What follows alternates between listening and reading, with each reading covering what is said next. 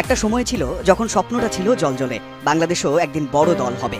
লাল সবুজের জার্সিতে সেই স্বপ্নের বীজ বুনেছিল ওরা পাঁচজন, ভালোবেসে কোটি ক্রিকেট ভক্ত, যাদের ডাকলো পঞ্চপাণ্ডব।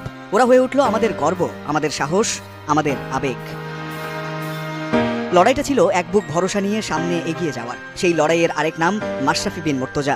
ইনজুরি আর ব্যথাকে সঙ্গী করে দলকে নেতৃত্ব দিয়েছেন সামনে থেকে। নতুন সাহসী যুগের সূচনা করেছেন বাংলাদেশের ক্রিকেটে। শিখিয়ে গেছেন হারার আগে হেরে না যাওয়ার মন্ত্র।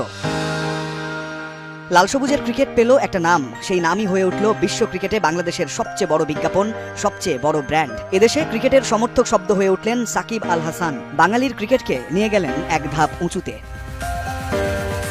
ডাউন দ্য উইকেটে এসে বাঁহাতি ছেলেটা ছক্কা হাঁকিয়ে জানান দিলেন, লাল সবুজের জার্সিতেও ডমিনেট করা যায় প্রতিপক্ষের বাঘা বোলারকে। ব্যাট হাতে শুরু মানেই একজন তামিম ইকবালের দিকে তাকিয়ে ক্রিকেট পাগল গোটা জাতি।